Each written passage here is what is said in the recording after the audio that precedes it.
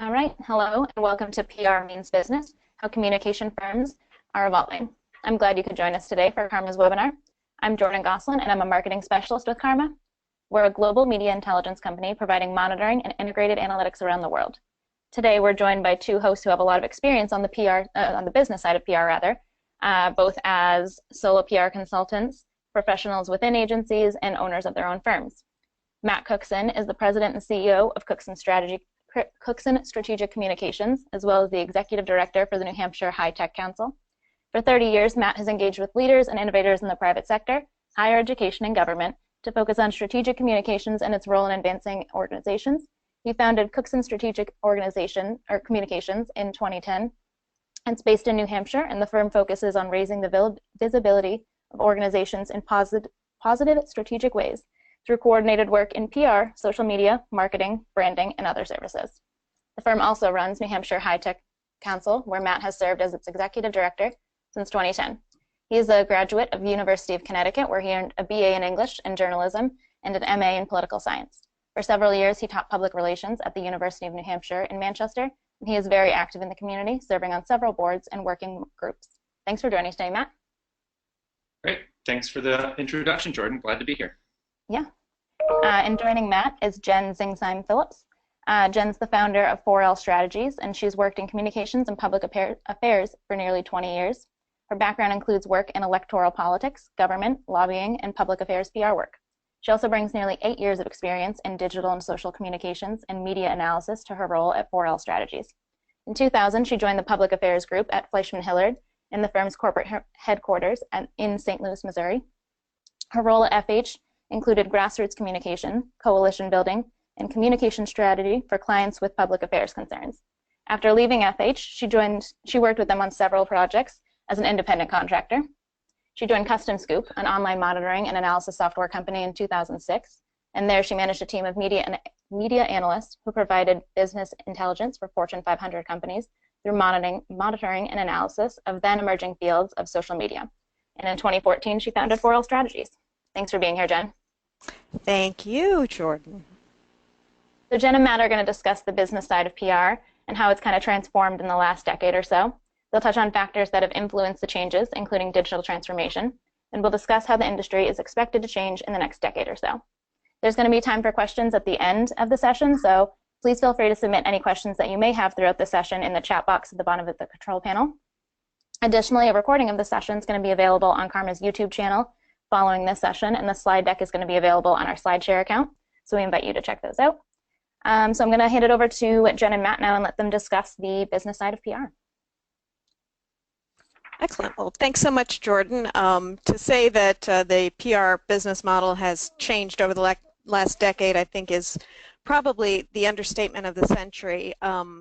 Social media, which was kind of one of those things that people were just starting to dabble in 2006 when I started at Custom Scoop, is now threaded through every single component of a PR or communication strategy. I mean, it's part of, it's obviously part of crisis communications, public affairs, pretty much everywhere.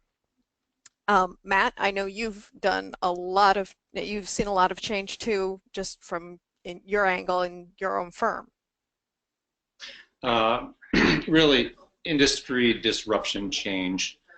It's at that level, and it's to the level of, I think it was 2 years ago, we were talking about how do we describe, everyone saw those articles, is PR dead? And it's not, but it's redefined, and we actually were trying to figure out, okay, so do we actually call ourselves a PR company, or is it something different now? And we ended up hovering over the word visibility, because that's the end result, and social and digital media are no other avenues to get there. So the digital transformation has really affected how messages are delivered, but the core of PR obviously is that message development and getting it in front of the right people. That piece is still there, but obviously the other piece is the 24/7 nature of communications, the requirement to monitor the need to filter out accuracy of news, and then and then still working with traditional media, knowing that a placement now is just, the placement used to be the end result. Now the placement is the first step, and then we're working with that messaging to re-deliver it through multiple channels. Exactly. So it's changed pretty much everything from the type of skills that PR firms or communications firms are looking for in employees. It affects the way that we develop strategy for clients. It affects the way that we measure outcomes for clients. It really has been a remarkable evolution over, I think, the past, well, at least the past 10 years. Yeah, I'd agree. And having taught PR for several years, when I first started teaching PR, we'd have the big thick textbook and some of the classic studies such as Exxon Valdez, and I know I'm dating myself, Exxon Valdez and the Tylenol. Yeah, those are sort of the two that you taught. And by the time I stopped teaching the class, I had to throw out the textbook. Because social media in a lot of ways made that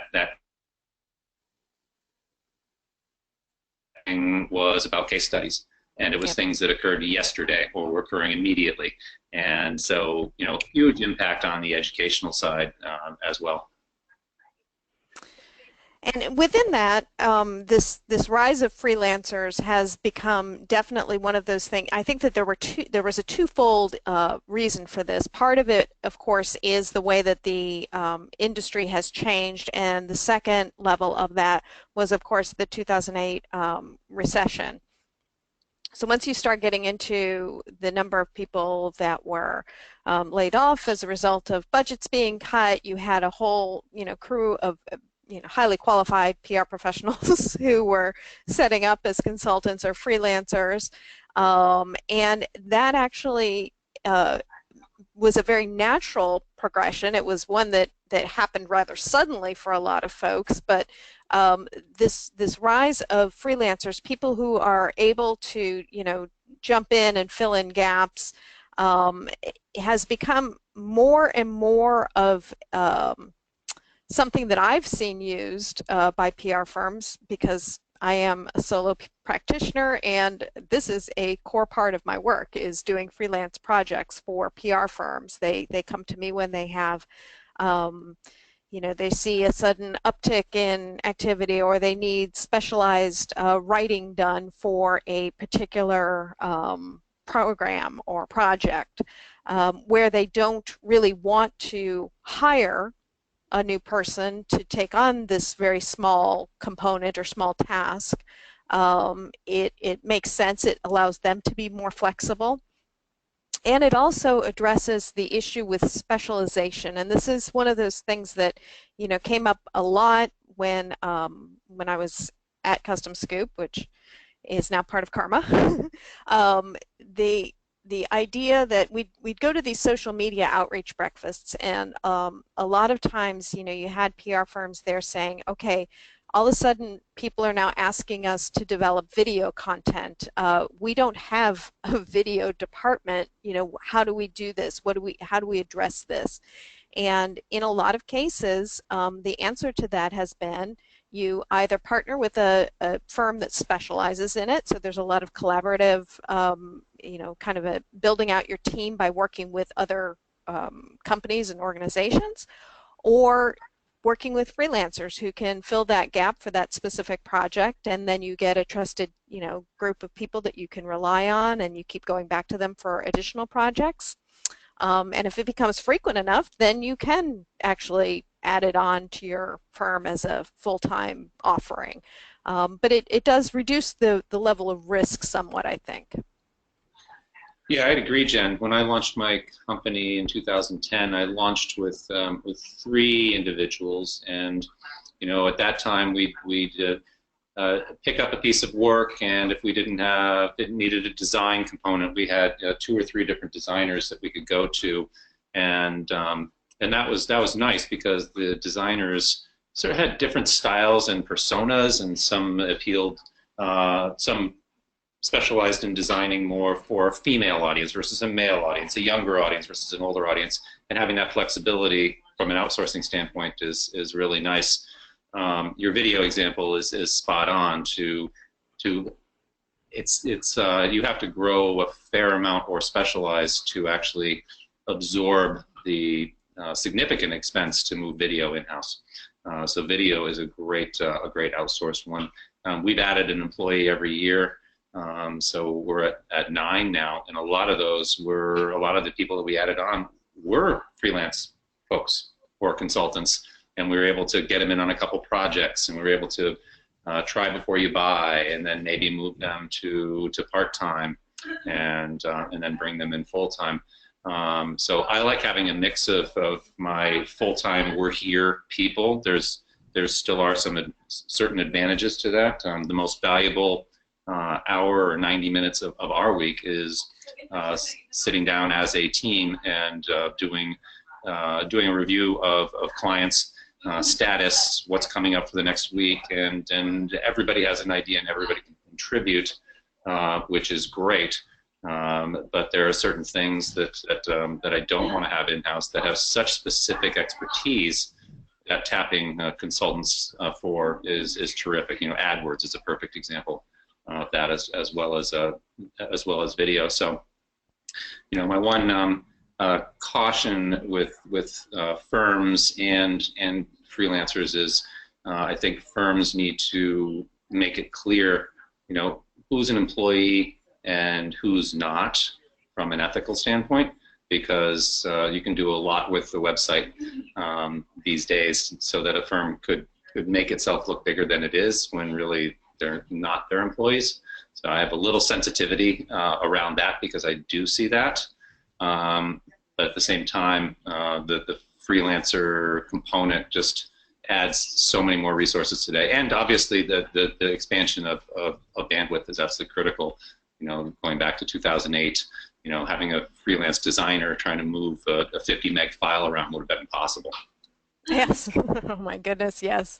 And as technology continues to advance and evolve, I think that we're going to continue to see this, because, you know, it seems like so many new platforms. Every time a new platform comes online, you have a group that immediately, you know, jumps on, and they're innovators, and they're you know, up to their elbows in it, but the logic isn't always immediately there for wrapping it into a PR program, or hiring based on that specific skill set. So the ability to say, okay, you know, the new platform, pin Tumblr, whatever, comes online, and you say, okay, this is a combination of Pinterest and Tumblr. Are we going to be able to use this? And if you have that ability to outsource it at first, see if it actually adds that magic value to your clients, and then figure out if it's something that you want to wrap into all of your programs or most of your programs. It really does add to the level of flexibility. Now, I will say that for very large firms, most of them have, you know, were able to figure a lot of this out. I know that when I was at FH, we had an entire creative department right there. We had the video, we had, you know, but I think that those large firms, even they kind of struggled with things like, you know, all right, now we have all these new platforms, how do we measure them? And even when they have big measurement divisions, which I think we're going to talk about measurement next, you still have to figure out how you're going to wrap that into all of your programs and make it a useful metric to build off of. Yeah, you do. And then the other piece, and you touched upon it, Jen, too, is, you know, say you do have a couple clients that come on and have a great need for video, and you decide to go for it and build that piece out, and then you lose one of those big clients. You've just made a massive investment, and now you have to make a very hard decision. So the risk factor should be calculated in as you look to add those ancillary services, and should be evaluated very, very carefully from a business perspective, instead of saying, oh, I just want to have the shiniest new thing as part of my office. Exactly. Okay, where does it still need to evolve? Boy, like as I was saying, measurement. We measure, PR folks beat ourselves up a lot, I think, on the measurement angle, how we need to be measuring more and keep up with our brethren in the marketing field. And then I came across an article the other day that said, the CMOs surveyed, only 23% of them said that they were happy with what they were measuring. So we continually compare ourselves to marketing, and yet marketing's not even happy with what they're measuring. So I think that this is clearly an area of growth for the PR industry. The ability to actually take what we produce and assign a value to it and link it to business goals is something that I think that the field continues to struggle with.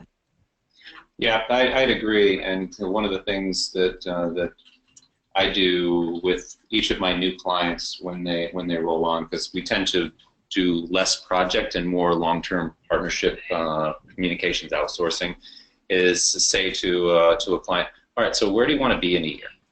What's going to change in your business? What do you hope to accomplish by retaining us to help advance your model, and then build right in there? And how are we going to measure that? How are we going to prove that? Is it increased sales? Is it web traffic? Is it leads? Is it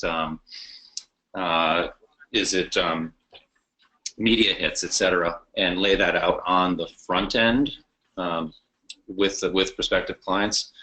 Because doing it on the back end can be very, very challenging. But there are some great tools today. Bottom line is leads are great, but organizations usually want to see results. The results side is typically on the organization. So having that well thought out, well in advance, and agreement, I think is really, really key. Because a lot of communications, as we talk about it, we do a lot of work in higher education. Well, it's great that that an admissions office suddenly saw a surge in AdWords folks hitting their admissions website, but did they do anything? Did they hit a call to action? Was the information captured, et cetera? That's where it needs to happen. I mean, pretty pictures can get people there, and good PR and marketing, but triggering an action today, is the critical piece, and measuring that. Oh, every client is different, and you're right, Jen. This one is a challenge and is a moving target for sure. And it's expensive, and I think that because time is money, and we'll get to that in a minute too, but I think that there's also an issue out there with firms that are trying to move from one set of metrics, which are very, very sticky, things like vanity metrics or AVEs, and moving to quote-unquote real measurement, things like tying an action back to a PR outreach program, whatever that might be. And I think that some of this might be fueled by a fear of the results. And what I mean by that is, if you are accustomed to handing your C-suite or your client a report with a massive media value number next to your media placements, in other words, an AVE, and that number is extremely high, we secured you $2 million worth of AVE, coverage over the past quarter, and then all of a sudden you're handing them a new metric that says, we were able to directly tie 6% of your sales to PR activities. They're looking at that. They're going, only 6%. You used to do $2 million worth of it. So changing from one set of numbers to another set of numbers is always going to be tough. And the numbers that are associated with quote-unquote real measurement might seem less impactful, but they are more valid in the long run and allow you to plan better in the long run. But making that change is always hard. And then, of course, the other issue is the amount of time that has to go into this. I mean, real measurement takes time. Analysis takes time. Producing impact takes time. And if there's one thing that you hear from, you rarely hear from a PR professional, is I just have so much extra time on my hands. I don't, maybe I'll just pick up this additional task. That never happens. Nobody says that. And I think that that could be part of the reason that we're seeing such a, it's taking us so long to get away from things like AVEs and vanity metrics. Yeah, it does. It does, because there's expectation that you're going to measure X, Y, and Z, and your client might have a different definition of what that is, and may not understand some of the more current methodologies, out there, or they, we get it all the time, and I'm sure you do too, Jen. A client will come and they say, "Well, I just want to be seen more. I want someone to, when I'm Googled, I want to be, the first listing." Right.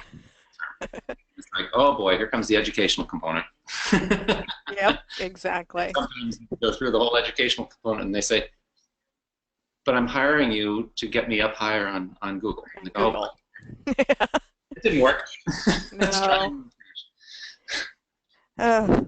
And in moving on to the next bullet item, the flexible scheduling, I mean, this is something that I've seen mentioned in a number of articles, mostly from PR practitioners. There was one piece in particular where someone was listening to a radio program in England over on the BBC Radio 1 or whatever, and they received an email from a PR person that said, this program is great.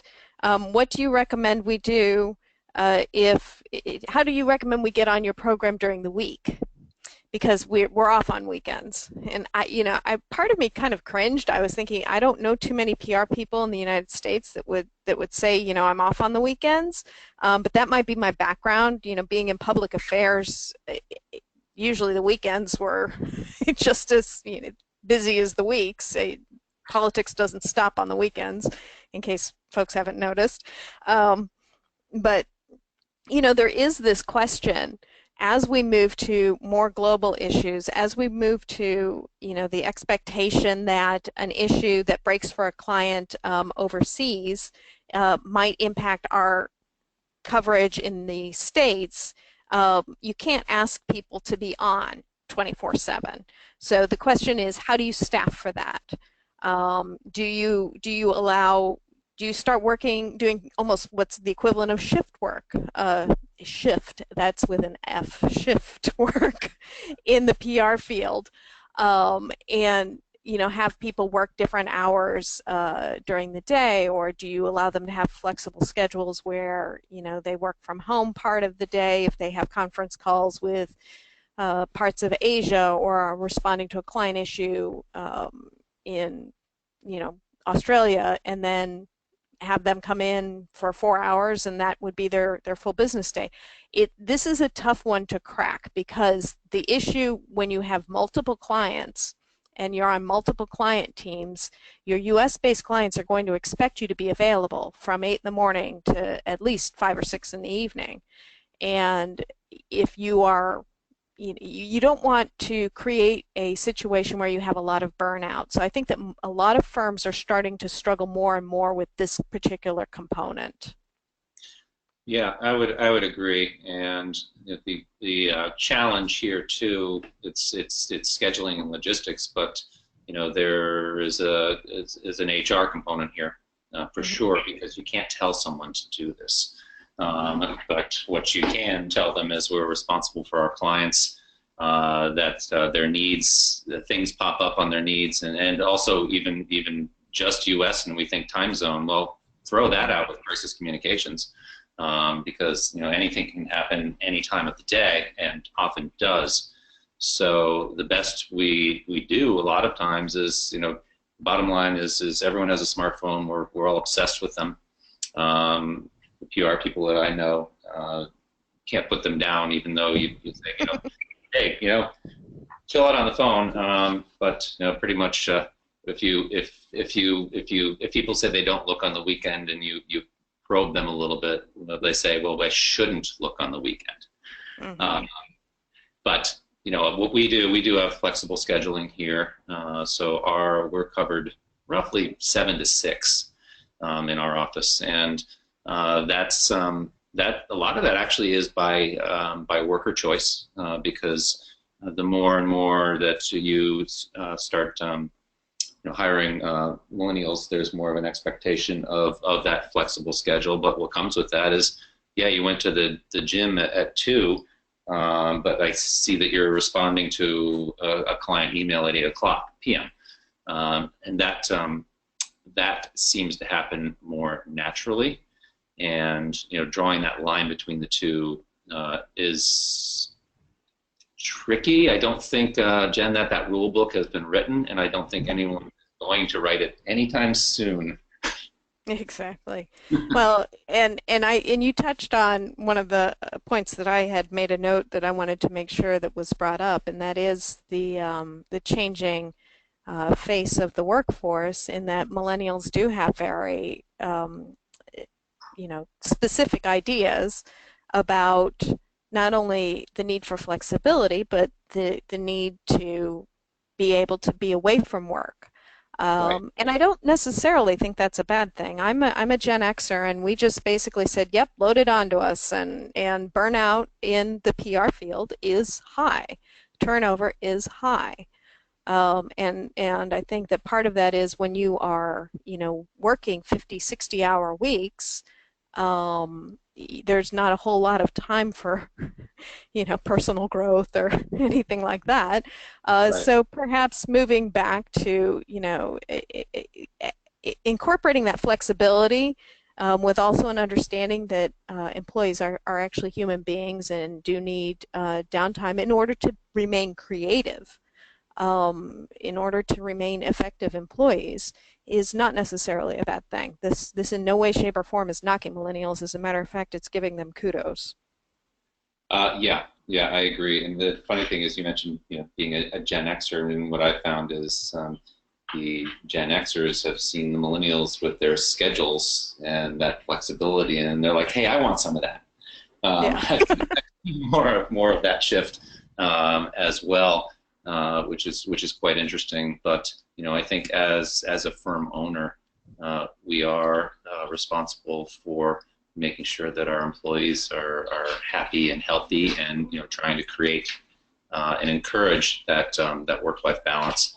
Is really, really important. And another benefit to all this for those of you in weather variable areas. Now, I mean, geez, do we close for a snowstorm? No, everybody has a laptop, and it's more on all the time, which is nice. I mean, a lot of people snuggling up to their laptop with their fuzzy slippers on a work day is not necessarily a bad thing. And just one more point on this one too. I have found over the last 5-6 years, I've actually had people working in various jobs I've been in, with some remote aspects for over a decade now. I have found that more and more people are becoming much, much more productive when they have that flexible schedule, and maybe they're working from home, etc. Now versus before, when I don't think I think the mentality has changed there. That's not hangout time at your house. That's head down work time, and this is a benefit. So it's an interesting shift. Exactly. And I think that people are getting more accustomed to, that setting those boundaries and saying, work from home means work from home. and you get used to it too. As someone who has been exclusively work from home for several years now, I have a schedule. I have a work schedule. I go to my office. It's just happens to be here in my home. The commute is very short. Exactly. And I think that's a nice. Now, go ahead. I was going to say, yeah, it's it is nice. And if you have people that commute any distance, guess what? They just save an hour and a half of their time on a day. Exactly. Okay. Well, billable hours. Oh, the poor billable hour. This is something that I started to stumble across quite a bit. Jenny Dietrich of Armand Dietrich wrote a post. I think I actually went and looked it up, but it was back in 2010. That's how long ago this is, talking about moving away from billable hours as a model. And there was an O'Dwyer article in February of 2016 that pointed out that billable hours was originally meant to measure the profitability of an engagement. It was not meant to ever be a pricing tool.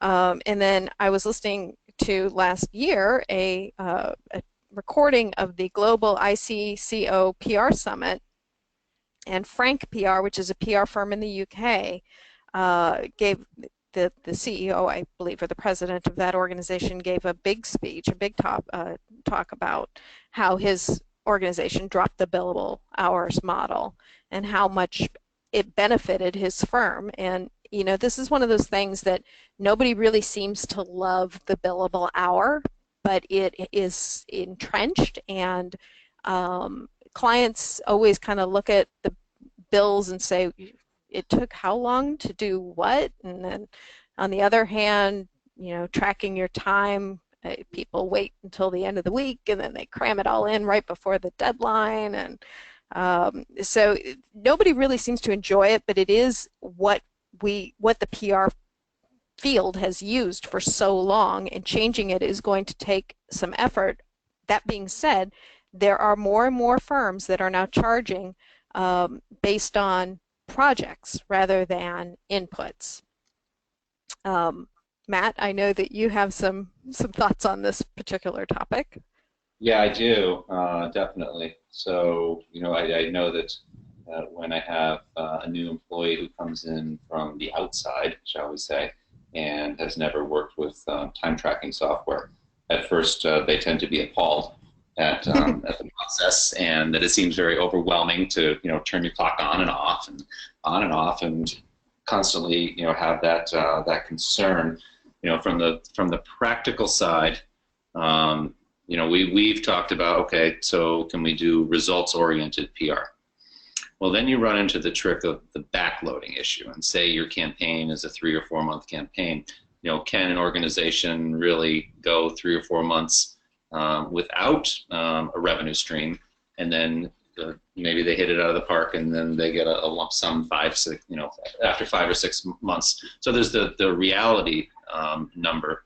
You know, the model that sort of falls in the middle is, in my mind, is looking at the scope of work, looking at the overall accomplishments, and agreeing with the client that you believe it'll take X amount of time, and you move to a retainer model that levels out, and you monitor it over time. You make sure both parties are happy, and work it that way. And then you don't have, while you're going to track, you're not going to track quite the same way. And you know, I know that under a retainer model, I know I'm giving the client extra hours, but in some ways, you know, I don't mind, because I eliminate that headache of brutal tracking, and I also eliminate things like this. An email I got about 20 minutes ago from a new client, and they got their first bill, and they said, "Hi Matt, hope you're doing well, enjoying the summer months.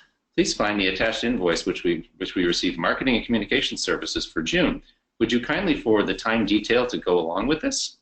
Thank you."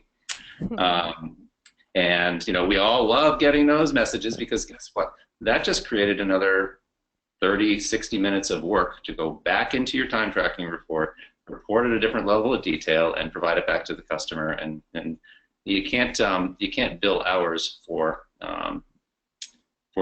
processing your hours. That doesn't work. So the model is definitely clunky. Do I see it going away anytime soon?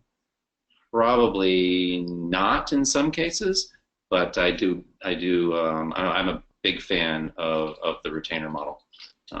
Retainer model with that, going back to one of the previous things that we talked about, with that that level of accountability that you're going to deliver X, Y, and Z. A lot of the content that I've seen on this particular topic, there's a lot of suggestions about talking about retainers plus time, which is, you know, you agree to a fixed retainer per month. You're still tracking your time to make sure that the client engagement remains profitable. And if you start going over, or you know, whatever the agreed to percentage is, if you're over by 20% 1 month, you talk to the client. You either then bill that extra 20% out at X rate, or you roll it over to the next month, kind of like, you know, your minutes on your cell phone plan roll over, and it can be pulled from that. Same would go with the, you know, the retainer plus model if the client goes on vacation for 2 weeks and you're not doing anything for them. The Right. time rolls over to the next month. So I thought that was an interesting.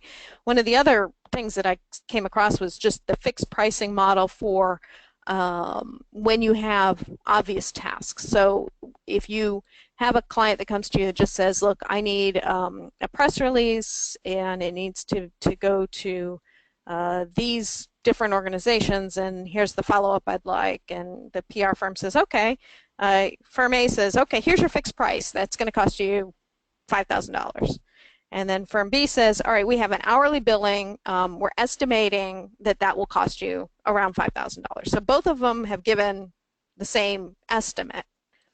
But the firm A with the fixed pricing model hands it off to their, you know, absolutely crackerjack employee who blows through it and is able to do everything in half the time that you would normally expect a human being to do this work in. And then firm B hands it to their employee, and, you know, they finish it early, not half the time, but early. Since firm B is billing, doing billable hours, firm B has actually just lost money because they've done it for less than $5,000. So you then have the situation where either the firm is going to be making less money, but the client will be happy. Hey, look, this only cost me $4,500 with that versus $5,000 over here. But the flip side is the profitability level is always going to be higher if you can turn it over to the employee that gets it done quicker if you have a fixed price model. So I thought that those were interesting arguments. It's an interesting thought to look, a process to look at if you are in a field or in a firm that has enough of that kind of, you know, work where this sort of thing is logical and obvious. Now, crisis communications is never going to be able to go to this model because crisis communications is just too varied. Too many things can happen. You can't say, I will solve your crisis for $20,000. You'll lose money. It won't happen. That's absolutely true, Jen.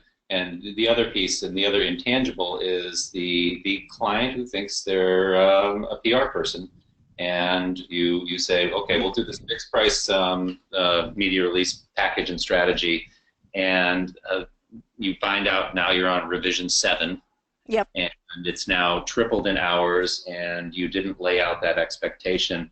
We also we constantly see that with we do web copy a lot of times, and you know we have to be very, very specific, saying, you know, we're doing 3 revisions, and that's it. And if you want to do more after that, great, you know, go ahead. But setting those expectations, and if you're doing fixed pricing, you have to set the expectation with the client that that you have to have X number of back and forth, but no more, and that's going to trigger, you know, an extra cost because, like you said in your example, Jen, that firm's going to lose money if they've got the micromanaging client. Yep, exactly. So predictions for the future. Predictions are always a little dicey. Yep. I think that, you know, the concept of a continued digital transformation is kind of an obvious one. But if we look at the bullet points here, the one that I find so fascinating is predictive analytics. And the incorporation of big data into just about every aspect of our lives, I think, is going to continue. I read a book called Big Data a couple of years ago. Full disclosure, one of the co-authors is a former college buddy, so but it is a very, very interesting and good book. The one thing that I read into this when I was going through it that would probably give most PR professionals heartburn is the concept that you have to stop looking for causation and just look at the correlation. In other words, trust the data. And that's awfully hard, I think, for PR people to do. Yeah, because the data is subjective. because of the inputs. But we are seeing, yes, a huge increase in this, and you see it if you look at job needs, et cetera. You know, everything is about the data and about measurement and big data and cutting and culling and trying to pull out those nuggets that tell you, you know, where things are at. That trend is not going to stop. If anything, Moore's law has probably sped up, and it's not 18 months anymore on a lot of developments. It's so much faster, you know. And how do we keep up, you know, as professionals in a lot of these areas? I think, you know, that's a big challenge. What I found is sometimes, you know, people want to keep up with everything. It's not really possible. So, you know, a new social media platform comes out. Okay, so are we going to deep six LinkedIn and not keep up there and focus on the greatest new thing? So sometimes you just have to start subdividing from a skill standpoint and say, okay, so this person's going to be my Facebook expert, this one's going to be my Instagram expert, et cetera, because those platforms and features, I mean, bottom line is, I mean, look at Facebook. Anyone who has younger kids, their kids are off Facebook. They're done with that. But if your target audience is a parent or even a grandparent now, that's you've got to have your messaging come across through that social media channel. So more complexity, more learning curve, and a speed in how things change, an increase in the speed on how things will change are some of the things that I foresee. Exactly, and the role of artificial intelligence, I think that as we continue to see both Amazon's Alexa and Google's AI technology evolve, that will start getting wrapped into more communications programs. You know, what that means and where that's going to go as far as, you know, and even the development of chatbots. I mean, chatbots are being used across a wide variety of different retailers to answer, you know, questions and that sort of. How do we use that as communicators? Is that something that we can wrap into programs? Is artificial intelligence something that's going to help us, or is it something that is going to cause us problems? You know, the last thing you need is an AI chatbot created crisis. But these sorts of things are out there. Yes, I think that one of the key issues here is just the ability of the PR field to keep up with the amount of changes, and, you know, specialization is probably one of the top ways that you can do that. Find something that you love and really dig into it deep and become a specialist in that area, because we can't know everything about everything when there's so much new stuff coming out. Yeah, I think that's critical, and yeah, you got to pick and choose your space. And, you know, going back several slides, if that's not your space, find someone who you can work with who does excel there. But don't kill yourself trying to be the be-all and end-all, because, you know, all the studies show that reduces your overall skill level. And the other piece, and we're looking at an individual with 3 screens in front of her in the picture on this slide, is if you're looking at all 3 of those screens, you're probably not doing a good job on any of them. Yep. And even though our trend is to do that, and but all the studies show that the attention isn't there, and you're not fully targeting it. So pick your sweet spots, excel at them. All right, thank you. It looks like we're ready to move on to our question and answer portion then. So we had, during your discussion on measurement, we had a question come up that was asking what the best service or platform might be to use to create a recap for a client. To create a recap of I think they're a program? PR campaign? Yeah, I believe they're talking about metrics and a recap of a campaign. Oh boy. I would have to say, and this goes back to the measurement discussion we had a couple of months ago, you know, the best tool, in my estimation, is going to be the one that measured what you needed it to measure. And this is why I always say that you should list out your program objectives pretty much before you choose your tool. Because if you choose your tool based on the fact that it has a beautiful dashboard and allows you to see who's on Twitter at whatever time, and yet what you're really measuring is the engagement on a particular news article that your client was mentioned in, you've picked the wrong platform to measure what you need. I'm not sure that that's the ideal answer. You know, people always want to hear, oh, you need to go out and get Hootsuite, or you need to go out and get a professional version of, you know, Kite Trend or Trend Kite. I'm sorry, I got that name backwards. Or what you should really do is subscribe to CARMA. But I don't think that the answer is necessarily that packaged. Matt, Yeah, what do you think?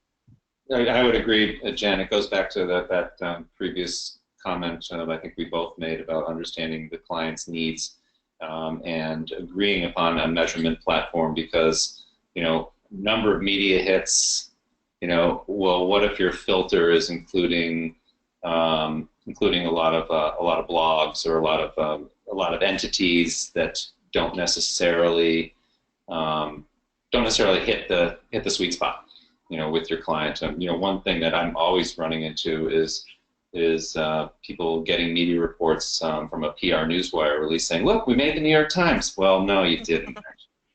Yeah, it's the news feed from, yeah. Yeah, no, we get that all the time, and I do know agencies that spit out these reports from, you know, PR newswire releases that looks like they hit every major daily, and we're on CBS, NBC, and ABC all at the same time. And none of it's true. So that pre-measurement and determining, you know, what that tool is, and not only what the tool is, but what they're going to ask for within that tool. I think you have to get to that level so you're on the same page. Right. So I can even give a concrete example of a pitch that I was involved in, where a lot of the most valuable content that we probably could have asked for would probably have been coming from from part of Reddit. That's where the monitoring data that this particular potential client needed was. It was on Reddit, and most tools out there do not do a very good job of monitoring Reddit, and that meant that there was going to have to be a fairly significant manual component, and that will take time, but that's what the client needed. So, you know, just knowing what your client's objectives are and making sure that those are communicated clearly, and making sure that you understand what tools out there do that particular thing and do it well is so important. Yep. Yep. So as mentioned in the intros, you both have experience collectively as solo PR professionals and as professionals within global agencies and as owners of your own firms. So I was wondering if you could talk generally about how each kind of different sector has experienced change, and if you think these changes are being experienced and embraced more in larger firms versus smaller, or vice versa, or do you think just change is pretty prevalent across the entire industry? Matt, you want to take that one first? Yeah, I'll take that first. So, you know, one thing that I've seen is we've seen because of social media, because social media bridges, in a lot of ways, it bridges PR and marketing. We have seen much more PR and marketing smushed together.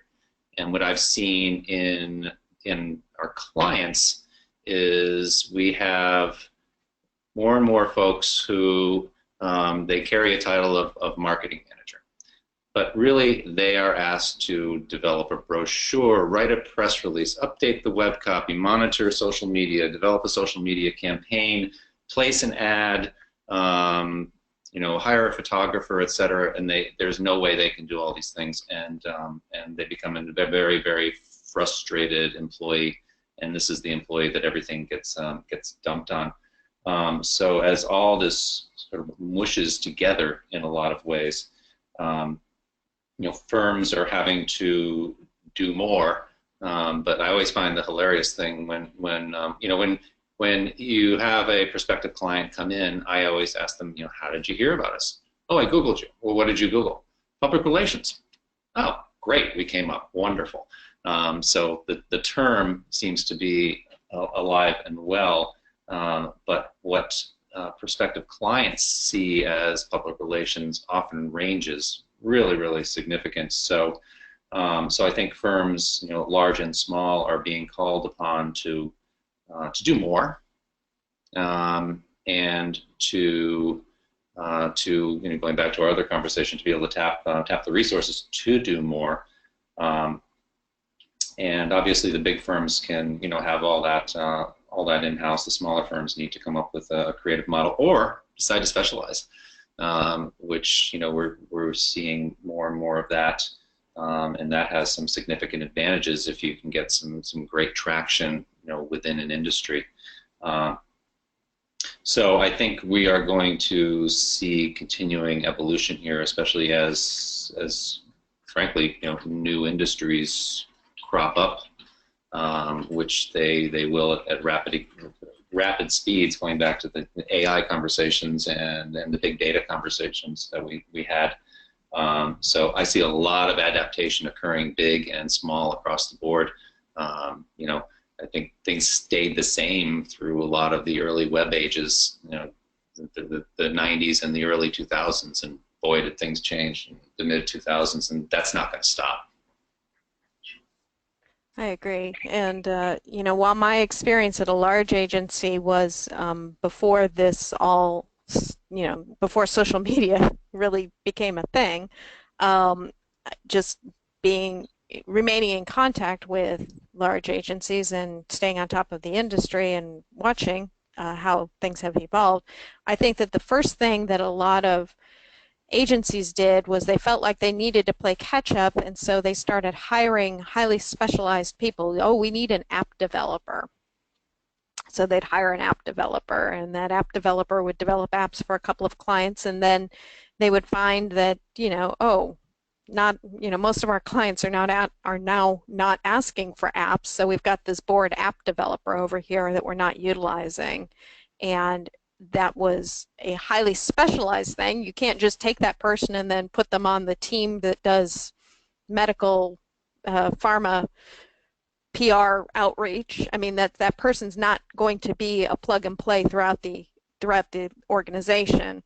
So then you have to figure out, okay, now do we need to get rid of this department? Do we retrain this person? What do we do? So I think that there was this move to hire specialists, and now it's a realization that, oh, we should probably, use the freelancer partnering model for things like that until we figure out that there's a full-time need for that. So and as a freelancer, that is where a lot of my work has come from. So I think that is going to continue to be the case, where, if someone needs a highly specialized document or whatever, they outreach to me, and I pick up that ball and run with it. So from both the large agency side and from the solo practitioner side, that I continue to see that. And I think, go ahead.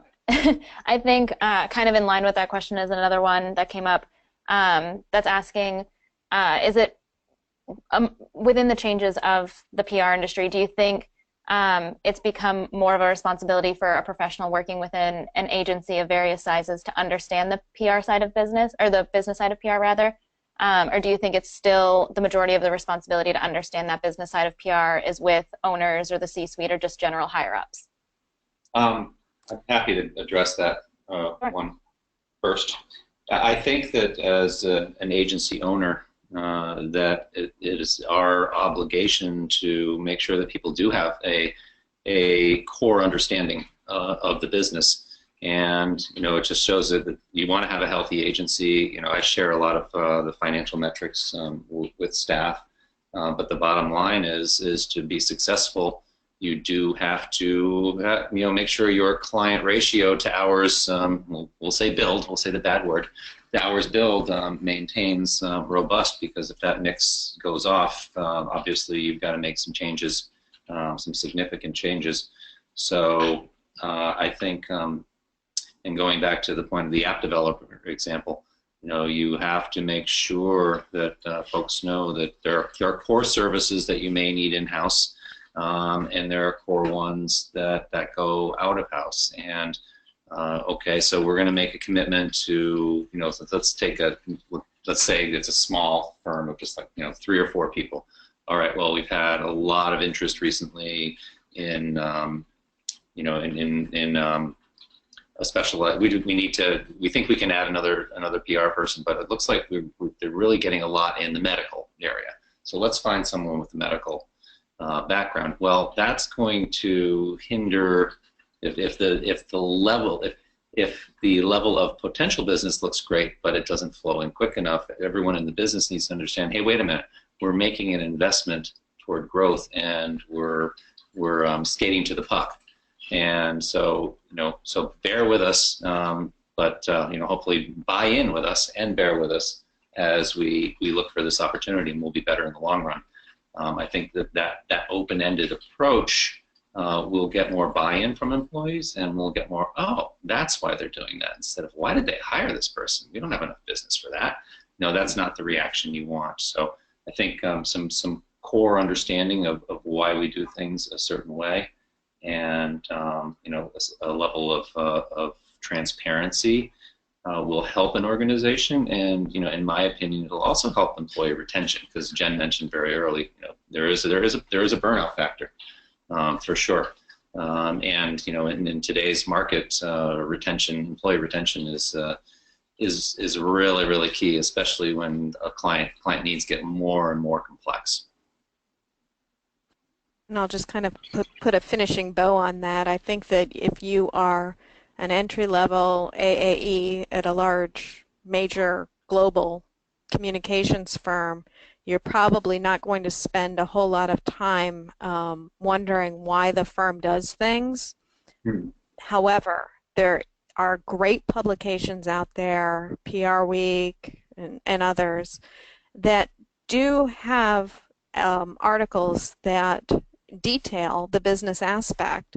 And if you want to make a career out of PR, it is helpful to understand that. So if your internal comms isn't providing you with some of this information about how we do things and why, if you want to make this your career, show the intellectual curiosity and go out and do a little reading on your own. I hate to push it back onto employees, because Matt is exactly right. If you want to grow your business, it's best to have engaged employees who understand how the business operates. However, I do understand on the other side that that's not always going to be the case, but it is important, and it will help you in that 60th hour of your work week to understand why you are still there working, rather than just wanting to go home and put your head in a bowl of soup and just sleep, because it can be exhausing. Yeah, and it's helpful. Sorry, Jen. Oh, go ahead. To that too is the independent person, and Jen knows this well. You can't take your hours worked and multiply it by your hourly rate. You are going to spend time on administrative work. You're going to spend time on business development, and you have to build that into your model. It's absolutely critical. Yep. All right, great. So we're almost exactly at our hour mark. So we're going to wrap it up now. So on the screen there we have our hosts' email addresses, in case you want to follow up with them with any additional questions that you may have. We also have CARMA's information there, the website, and our Twitter handles. So we invite you to check those out. As mentioned previously, the recording of the session is going to be available on our YouTube account, and on the slide deck will be available on our SlideShare account. So I'd like to thank our hosts again for a really informative session today, and I'd like to thank our attendees for joining us. Thanks again, and we hope to see you at future CARMA webinars. Have a good day.